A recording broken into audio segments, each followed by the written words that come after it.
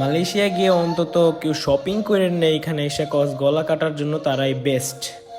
তো hey guys, আসসালামু আলাইকুম। আশা করি আপনারা সবাই ভালো আছেন। আলহামদুলিল্লাহ আমিও ভালো আছি। সো আমি এখানে আমার কার্ডটা নিয়ে বের হয়ে গেলাম বাহিরে শপিং করার জন্য। আজকে এখান থেকে বের হওয়ার সময় অবশ্যই কার্ডটা নিয়ে বের হতে হবে, না হলে এখানে দরজাটা লক হয়ে যাবে আর আমি ঢুকতেও পারবো না। সো আমি কার্ডটা নিয়ে বের হয়ে গেলাম। আর নিচে আমার আঙ্কেল আর আমার ড্যাড আমার জন্য ওয়েট করতেছে অনেকক্ষণ ধরে, তাই আমি তাড়াতাড়ি বের হয়ে গেলাম হোটেল থেকে বের হওয়ার সময় মালয়েশিয়ার রিসিপশনিস্টকে হাসিটা দেখলে ভালোই লাগে, তার হাসিটা দেখে মনে হয় দিনটা ভালো যাবে। তো আমরা বের হয়ে গেলাম। আর হোটেলের নিচে অনেক টাইপের দোকান ছিল, এখানে অনেক ধরনের দোকান ছিল, অনেক শপিং মল প্রায় বলতে গেলে এইখানেই আছে। আর এখানে একটা রেস্টুরেন্ট ছিল, বাঙালি রেস্টুরেন্ট।